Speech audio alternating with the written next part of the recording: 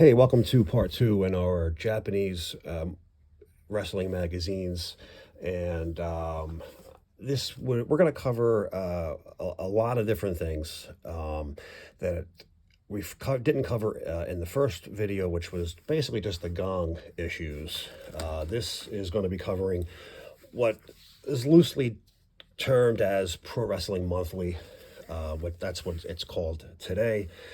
So, to my Japanese friends out there, just let me speak to you for 1 second. Ohayo gozaimasu. Hai, dozo. Nihongo wa honon skoshi desu ka shirimasen.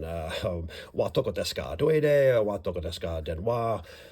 Stuff like that. So bear with me, and I will do my very best to bring honor and respect to your pro reshu, as it is pronounced in Japan. And let me say this too: thank you to all of our friends in Japan for always highlighting our American wrestlers and putting them on a pedestal and showing tremendous respect to our world champions that came over on a tour, and you guys did an incredible job in the magazine showcasing our favorite wrestlers. I really have no business making this video. This should be done by one of our friends in Japan who have way more experience and knowledge than I do. I wasn't in the stores buying these back in the 70s like you guys were, but I can just show my appreciation and respect to your magazine, and by doing the best that I can to show and explain everything that I can on what little bit of knowledge I have on the Pro Wreshu magazines and programs. So let's just get the ball rolling. I'm going to do the best that I can to explain everything, and it gets a little tricky, so I will explain along the way. In 1955, after the war, let's just say, baseball started to become pretty popular in Japan, thanks to some of the American occupation in Japan with our military and soldiers and whatnot. And they started introducing the American lifestyle and culture to the Japanese people. Baseball was one of the big things that went over really well. Second would be pro wrestling. Pro wrestling was, not as big. It was starting to take off, and thanks to TV, it really started to take off. So, baseball had their own magazine in Japan called simply Baseball Magazine. Baseball Magazine decided to put out a special boxing and wrestling combination magazine just to honor some professional wrestling and boxing. So in 1955, they put out, I believe, 2, possibly 3 boxing and wrestling issues. And I believe they did a special in 56 also, maybe 1 or 2 issues. In 1957, to prepare and promote the biggest wrestling match at that time in 1957, feuds and their champion in Japan, Rikidozan, who was the Japan Wrestling Association's world champion, were going to have a match to unify and make one world champion. Feuds had just lost the title to Dick Hutton. Unbeknownst to anyone in Japan or anywhere else, Feuds goes to Japan as the NWA International World Champion and faces Rikidozan. This is, to this day, I believe, is still the highest rated sports show on television of all time in Japan, this match. In 1957, April, this says right here, Baseball Magazine, and till this day, it still says across the top, Baseball Magazine, because Baseball Magazine released it. Baseball Magazine, Pro Wrestling, and Boxing, and it's also in English as well. This says special issue. This is the first all wrestling magazine to be printed and published in Japan. How I have a copy of this, it sometimes just baffles me. Sometimes I feel like I'm the luckiest person alive. I look at this issue that's hanging on my wall, and I just shake my head saying, how did I possibly get my hands on these next 2 issues that I'm going to show you? They are so extremely rare. They didn't hold up well in the test of time. There wasn't many of them printed, and for me to have one is quite an honor. I thank my Japanese friends in Japan for helping me find these couple of issues, hundreds of issues, I should say, but these two in particular, they really brought me to that next level as a collector for having a couple of magazines like this in this time period that is so historic.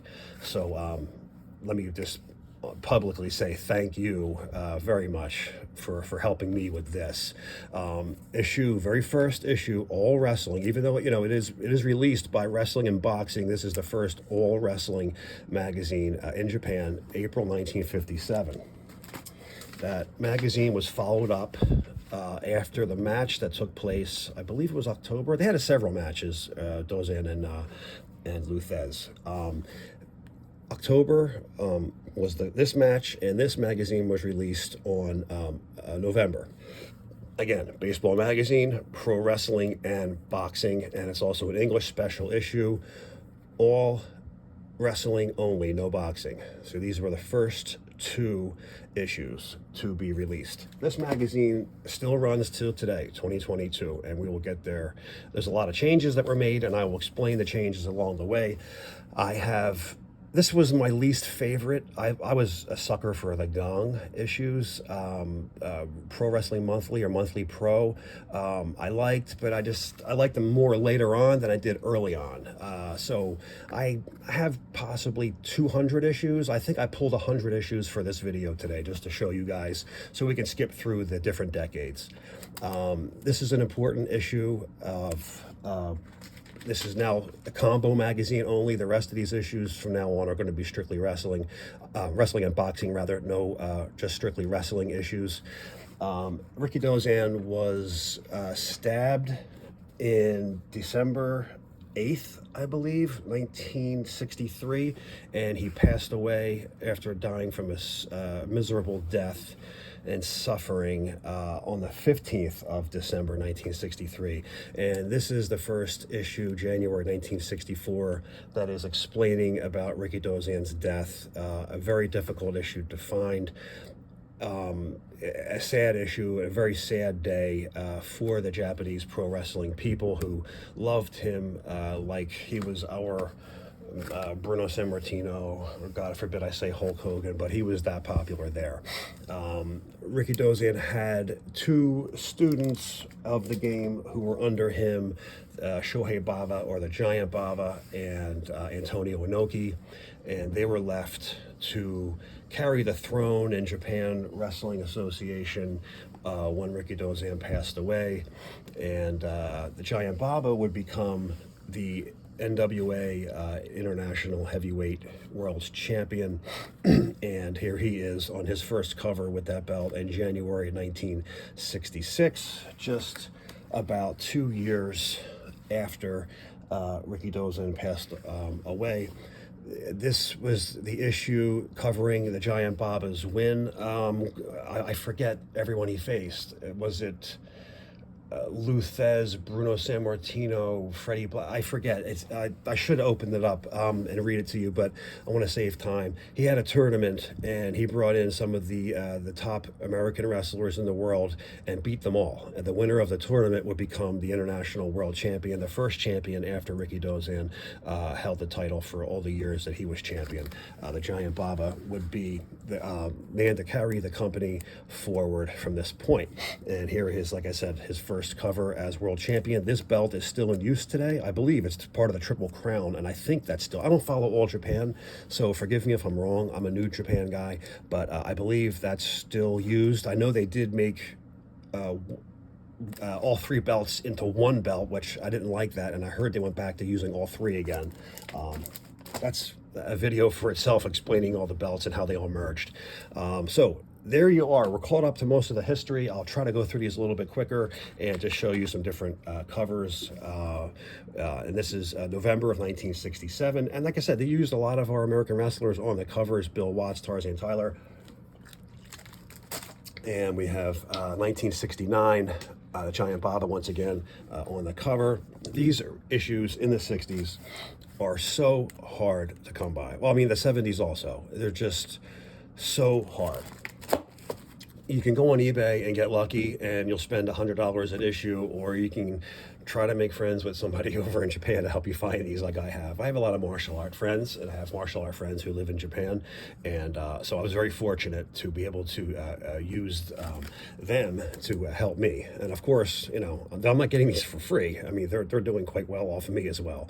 We're going to jump it up to the 70s, and Mil Mascaras on the cover of an April issue of Pro Wrestling Boxing Monthly. Mil Mascaras was huge in Japan, and he was getting ready to make his first tour in 71, and that was huge.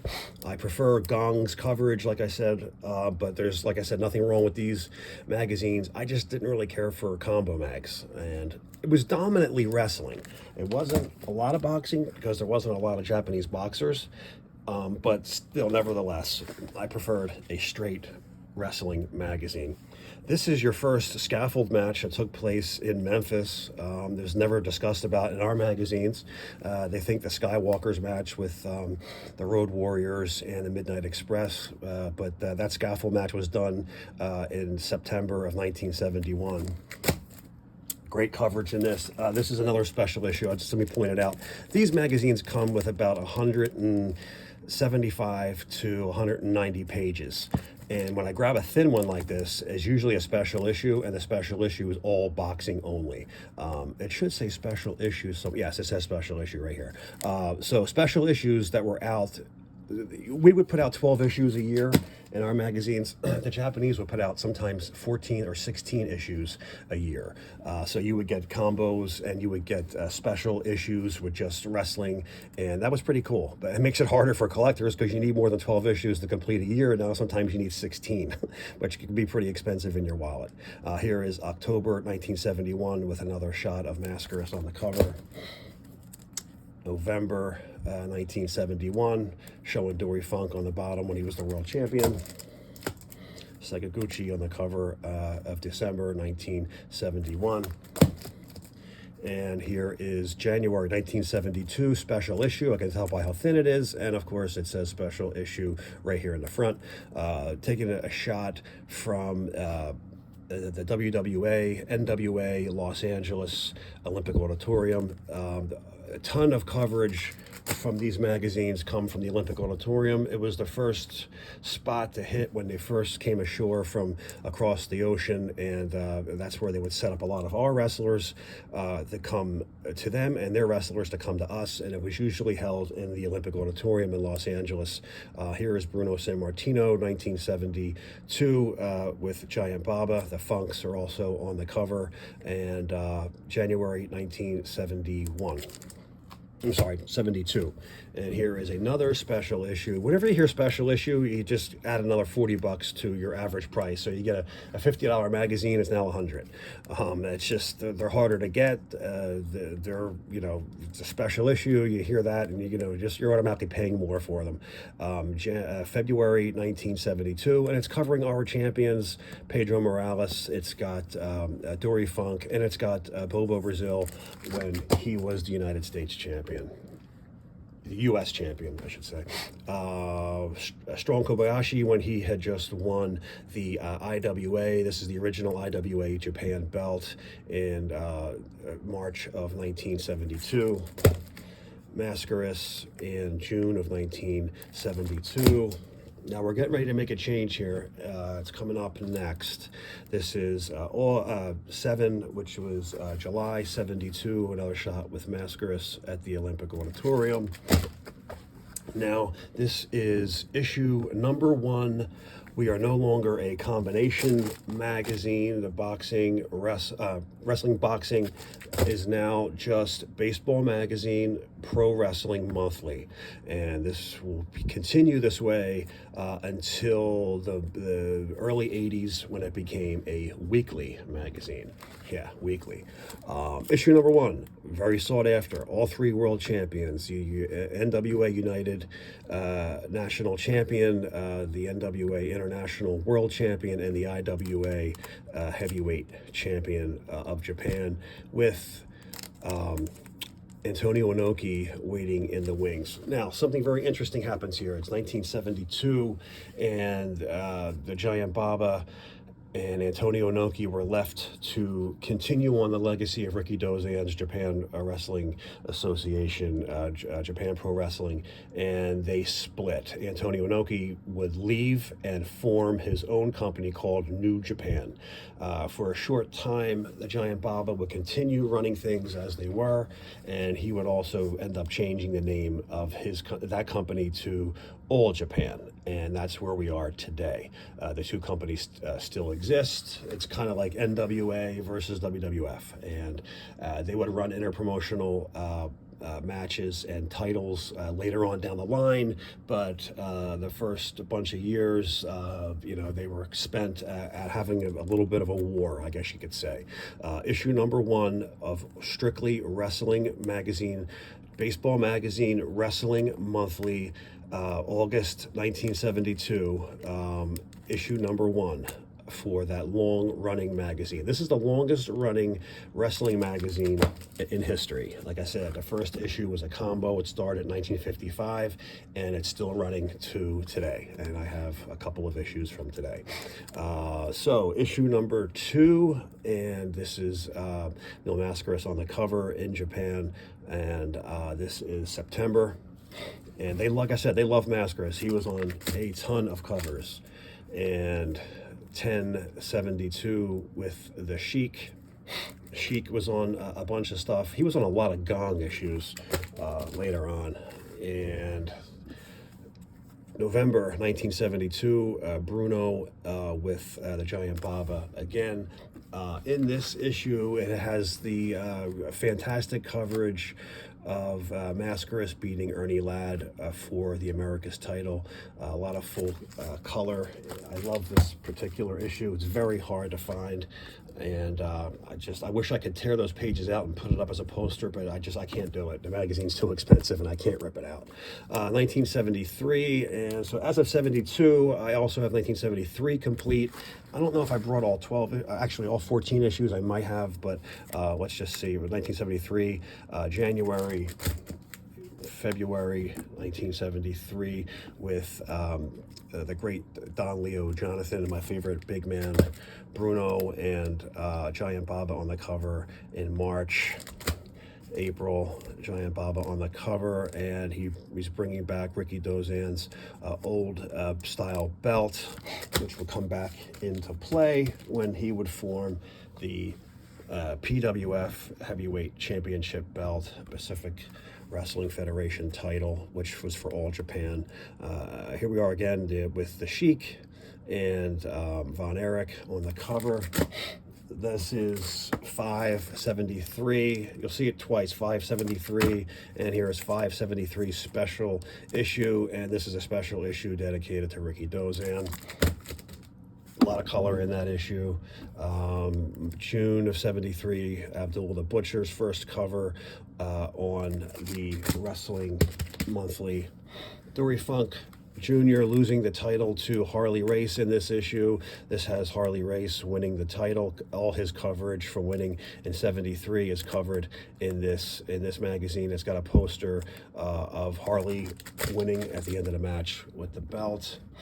873, 973, 1073. We have the Funks and Mil Mascaras on the cover. This was one of my favorite feuds. One of my favorite matches was the match of 1973, the Destroyer versus Mil Mascaras. It's on YouTube. They had several matches in 73. It's the one where Emil is wearing the demon mask. I think they show it in this next issue. Here's December of 73. This is December 73 special issue. Here is Mascaras and the Destroyer. That's the mask I was talking about on YouTube. I believe it's on YouTube. It used to be. I have it on DVD somewhere. That match was my all-time favorite match. That match should made every wrestling student watch that and learn what real wrestling holds look like. These guys did it like none other. One of my favorite matches of all time. If you're a fan of that, just give me 1 second.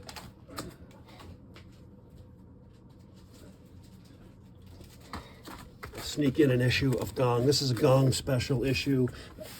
This entire special issue is about the Mascaras and Destroyer Wars. This is probably my favorite magazine for content because they cover all their matches, especially the one with the Demon Mask. And I mean, I'm a Mill fan, I'm a Destroyer fan too, but Mill doesn't win the title at this point. He doesn't win until 78 or 77. But this is a great magazine if you like Mascaras and Destroyer. Now we're up to 1974. This is the magazine that covers the winning of Antonio Inoki, winning the NWF belt from Johnny Powers. I got it right. I didn't call him Jim. Johnny Powers, and now he would have the NWF lineage in Japan, and it would continue that way till the late 2000s.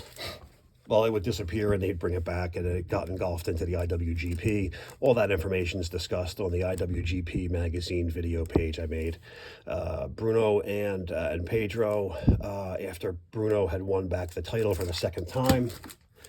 This is June 74. We'll try to pick the pace up a little bit. I'm already 25 minutes into this, guys. Sorry. July 74. There's a lot of great coverage of Mascaras in this issue. October of 74. They start getting a little bit better now. Not a little bit better, a lot better now. Wrestling Monthly, Pro Wrestling Monthly. The earlier issues in the 70s, I didn't care for them that much, but now they're really starting to find their niche. And this is just a fantastic looking cover, just a plain Jane background. I usually don't like backgrounds that are photoshopped in the back. I like seeing the wrestling ring. It's usually a cheap way out because they knock out the background photo and they just give you this solid color because it's cheaper to do it. But this just looks great. Jack with the belt, and it's just projecting right into your face. It's just a great shot of Jack Briscoe when he was the world champion. May 75. I was asked a long time ago to look up all of the May 75 issues of all three Powerhouse magazines, and I have all three, Gong Invitation to the Ring, and Pro Wrestling Monthly, to find a match with the Sheik and Johnny Valentine, where Johnny Valentine was wearing a Mr. Wrestling 2 mask, and the mask was being ripped off of his head. And I says, that doesn't sound familiar. I seen a picture of the picture they were talking about, and I looked in all three. He said it was in Gong, and it's not. So I looked in Gong Invitation to the Ring, and I also looked in Pro Wrestling Monthly, and that photo is not in any of the May issues of 75. I don't know why I'm telling you that. I just saw it. I saw that, and it reminded me of doing all this research for this dude. And but if you're watching this, which you probably aren't, they're not in there, and I can prove it to you because I can make a video and show you. September 75, another good shot. Just missed a great belt shot with the ropes covering Jack's red leather belt there. A bloody Abdullah the Butcher on October 75. Another Abdullah the Butcher shot when Abdullah wins the championship in 76. Here is another fantastic, probably one of my favorite Harley Race magazine covers. Harley as the world champion, displayed beautifully on the front cover with that belt. Man, you think Pro Wrestling Illustrated had some great covers. Sorry, these guys. This is the 1000th, or what is it? I forget, 300th issue? No, not 1000. Yeah, 300th issue of Pro Wrestling. And that's also, they're counting the boxing issues as well, because it didn't make all wrestling until 72. This is the 300th special anniversary issue. I can tell because it's very thick. There's 200 pages. This is a hard one to come by. And it's got Baba and Inoki as his NWF champion, and of New Japan, and Baba with the PWF championship from All Japan. And they're kind of looking head to head here, even though they're not together. And this has got throwbacks to all the magazine covers up until the point of this issue's released. So it's pretty cool if you're trying to hunt for certain issues and you want to see what different magazine covers look like. They're listed in this magazine. It's a good magazine. And it's also hard to find and expensive if you find it. Andre and Harley Race in 77. Harley Race, great shot of him as world champ. Abdullah the Butcher again in 78. Mascaras and Harley in 78. Harley again, 78. Here they are showcasing our champions really nicely. Abdullah the Butcher and Terry Funk in 80. I believe this is part of the match with the Funk brothers versus Sheik and Abdullah, which was an iconic match. Took place in Japan. 1978. They got Inoki as the NWF champion, Backlund WWF champion, and Harley Race as the NWA champion. Here's match coverage of Harley and Mascaras. Great shot of Harley in Madison Square Garden versus Backlund in 1980. I also love that match too. That used to be on YouTube for free, I believe. It's on a couple of my DVDs, and I love watching that, man. It's just so nostalgic. It reminds me when Harley Race was, came out and did a match and an interview on WWF TV. We're like, holy shit, man, there's the world champ. It was just, wow. You're 11 years old watching that, and you're just shocked. There's a guy you read in the magazines, and now you're seeing him on your television. Here is one of the first meetings at Hulk Hogan's first Japanese magazine cover in December 1980 versus Inoki. And Hogan has the NWO beard, the black beard with the yellow Fu Manchu and the long blonde hair. That was his look early on. And this is Hogan's tour in Japan, first magazine cover in 1980. And here is the two Japanese world champs on the cover. 81, we've got Stan Hansen and a bloody Bob Backlund at the Garden. Bruiser Brody on the cover. A pretty cool match. They had several in Japan. Ricky Steamboat versus Mil Mascaras. Of course, you'd never see a match like that in America. They wouldn't do it. Jumping ahead a little bit, 1983. This is... Oh, sorry, guys. This is actually Gong. Well, this is Tiger Mask's first magazine cover, and this is a sought-after, expensive issue because it's their first look at Tiger Mask. This is the first issue when Pro Wrestling Monthly became a weekly issue. Now it's very thin. You have, rather than 200 pages, you're getting it split into fours, because each week they came out with a magazine. These were not saved very much. They were thrown away and not collected. They became very hard to find because you had so many of them. 4, definitely, sometimes 5 in a month you would have. So it would start to stack up after a while, and people just didn't save them. So they saved a couple of their favorites when their favorites were on the cover. The weekly issues are difficult to keep, and this is the first issue. It can run you a pretty good penny with Tiger Mask on the cover. The first issue of the weekly Pro Wrestling was in August 1983. It says issue number 1. Now we're just going to cover a couple of different specialty issues as we're getting towards the end here. This is special issue. You can't see it up top. It says special issue Pro Wrestling All American issue. It's saying USA Now. It's what the name of the magazine is, USA Now, and it's covering all of the Americans from the NWA, AWA, and the WWF in this one magazine. No Japanese wrestlers. Pro Wrestling Monthly also put out a deluxe magazine. You can see how much taller it is. There's a couple of these issues we're going to show are deluxe issues. And here's Harley Race as the world champion on the cover. I think that's a great looking cover. Here is another deluxe issue. It's got Bruiser Brody when he was the NWA International Heavyweight World Champion. It also comes with a 2-sided gigantic 24x36 poster that's folded in the back of Bruiser Brody. And this is the deluxe issue from December 81. And here is another deluxe issue. I'm not sure how long the deluxes ran, but they're expensive and they're hard to come by. February 1984, with Ric Flair making his Japan tour visit. And this is actually another Gong issue. Sorry, this is Weekly Gong, but this is a very expensive, hard to find, cheap anyway, Tiger Mask issue covering all 5 Tiger Masks, all 4 Tiger Masks and the Black Tiger. If you're a Tiger Mask fan and you don't have this in your collection, you need it. Just continuing on with the weekly issues that are super thin. This is Jumbo Tsuruta when he won the AWA title from Nick Bockwinkel, I believe it was, right? And he, at the time, is also the NWA International World Champion. He held both titles. It was title versus title, AWA versus NWA International, and Jumbo Ceruta wins the title. It's a rare shot of him with that AWA belt on the cover. It didn't happen very often.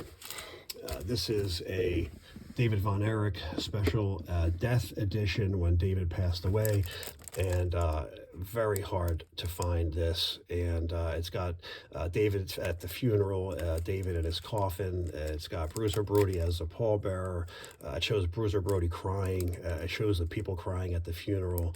It shows him being crated and packaged to be shipped back home in the plane. A lot of personal, private stuff that's, you know, really probably doesn't belong in a magazine. It is kind of personal and private stuff. It's hurtful for people who loved him, but the Japanese put it out there for us in this commemorative David Von Erich issue of Exciting Pro Wrestling, Pro Wrestling Monthly Special Edition magazine, which is very hard to find. It's very thick, tons of pages in it. I wish I could tell you there's a lot of them out there. There's not. And the ones that are out there, people didn't get rid of them. Very hard to find that. I'm sorry, guys. Here's another Gong issue. It didn't mean this is just covering the WrestleMania. Gong. Sorry about that. Here's 2003. Covering Hulk Hogan. Now the magazine is a lot thicker and it's a lot taller. It's changed its style a little bit as we get into the 2000s. It's just a shot of Hogan and his last run. This is basically a monthly pro wrestling magazine book of world champions. It's like an encyclopedia of world champions. At the time, the Great Muta held all these titles. He's the Triple Crown champion, the IWGP Tag Team champion, and it looks like he is the All Japan Tag Team champion as well. So, well, let's see. He looks like he has a million different belts. 3 of them are considered one. 2 of them are considered another tag team, because in the tag team you win 2 belts, and then the IWGP is a single tag team. So he's holding All Japan and New Japan titles at the same time. Pretty damn impressive. Not many people were able to do that. Here is some of the upper 2000s issues now, and the magazines are pretty big. I'm going to have to just try to hold it out a little bit. Tanahashi with your last look at the crowned title of the IWGP World Heavyweight Championship before it went to this style. And here's the Great Muta as the world champion. It's also got the Power Warrior when he was the Pro Wrestling Noah Heavyweight Champion, the Global Honor World Heavyweight Champion. Here, the GHC title. Here is all 3 champions. It's like a throwback to the Apter magazines when you have 3 top companies and their 3 champions on the cover: the IWGP champion, the Triple Crown All Japan champion, and the Pro Wrestling Noah Heavyweight champion, all 3 on the cover, which is pretty cool. Here is the Great Muta. This is an autographed Great Muta magazine when he was the IWGP champion, as well as the Triple Crown All Japan Heavyweight champion. And there he is on the cover. Not too many people can claim to have many titles as the Great Muta did. Here, jumping up into 2014, Tanahashi wins the IWGP Intercontinental Heavyweight Championship, and that belt is no longer. That got blended in with the IWGP World Heavyweight belt, so that's a kind of a rare shot of that belt, which is no longer around. Here is the death issue for the Dynamite Kid. That's him with the WWF Junior Heavyweight Championship belt from the 80s, and this has got the life and times of the Dynamite Kid, like they did for Bruiser Brody and they did for David Von Erich.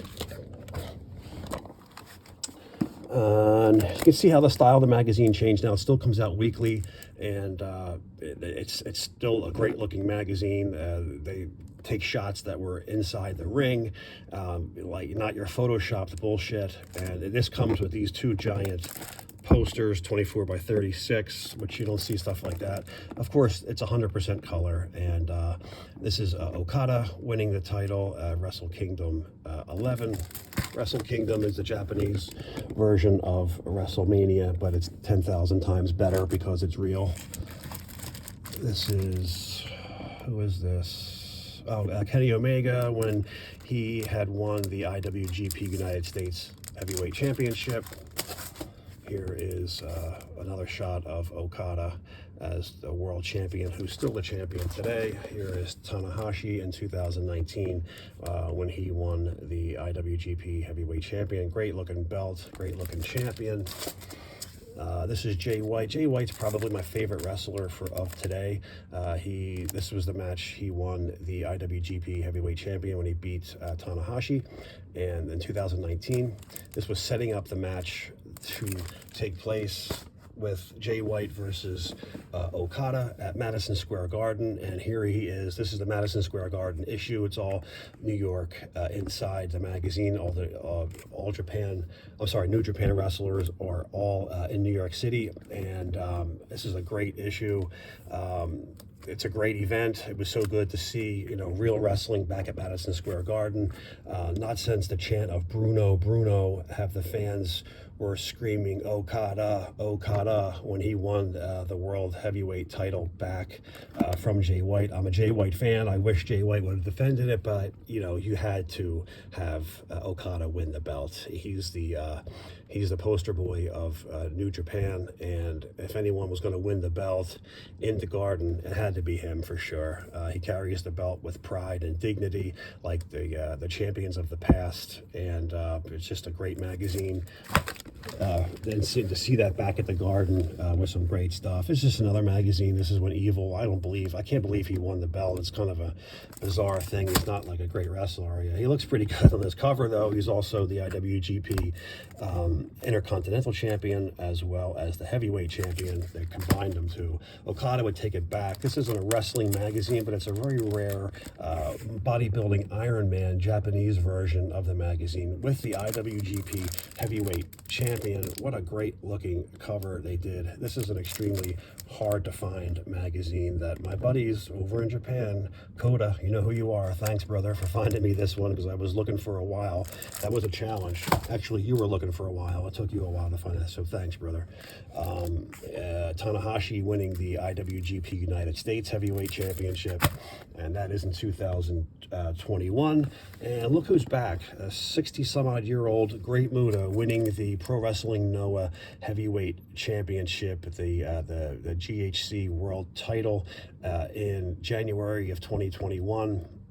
And it's just great to see him back on the cover again as a champ. He ran a couple of issues as the champ, because this is the week after this next issue and the week after that. So it was like a consecutive month. He ran on 4 issues straight. Here he is again with the belt, raising his, the 2 sweet fingers in the air. And here he is with Fujita when he was also the one of the Noah champions on the cover with Muta. And unlike you see in America, when you're old and past your prime and McMahon wants to put you on a TV, he brings you out there to make you look like a complete asshole. The Japanese honor, respect, and show how much they loved their former world champions. And this is Tanahashi in the ring with Okada and Dragon Fujinami in the middle. I believe he's 60 years old here. This is in March of 2002's issue. They still honor their old-time wrestlers and they still wrestle, and they don't have them come out and bleed like a stuffed pig and have him look like a complete jerk off like it did to Ric Flair, or they destroy his legacy, or they come out and make a mockery of the person like they do in America. It doesn't matter if you're old. They respect you more for going out there and giving your best and doing everything you can do to put on the best possible match. And here he is, 3 legitimate IWGP World Heavyweight Champions in the ring together in a six-man match. And, you know, what a great way to honor Fujinami and having him in the ring. It's just a sweet moment for those who actually get it. And here is one of the newer issues of Okada as the world champion after winning the title back at Wrestle Kingdom 16. I do not like this version of that belt. I wish they would have kept it this style.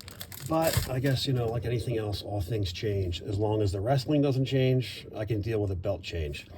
All right, so here it is. Like I said, I'm not expecting many views on the Japanese issues. I'm expecting low number because, you know, not everyone are into the Japanese issues. Not many people understand how great and important these issues are and how they honored our American wrestlers over there.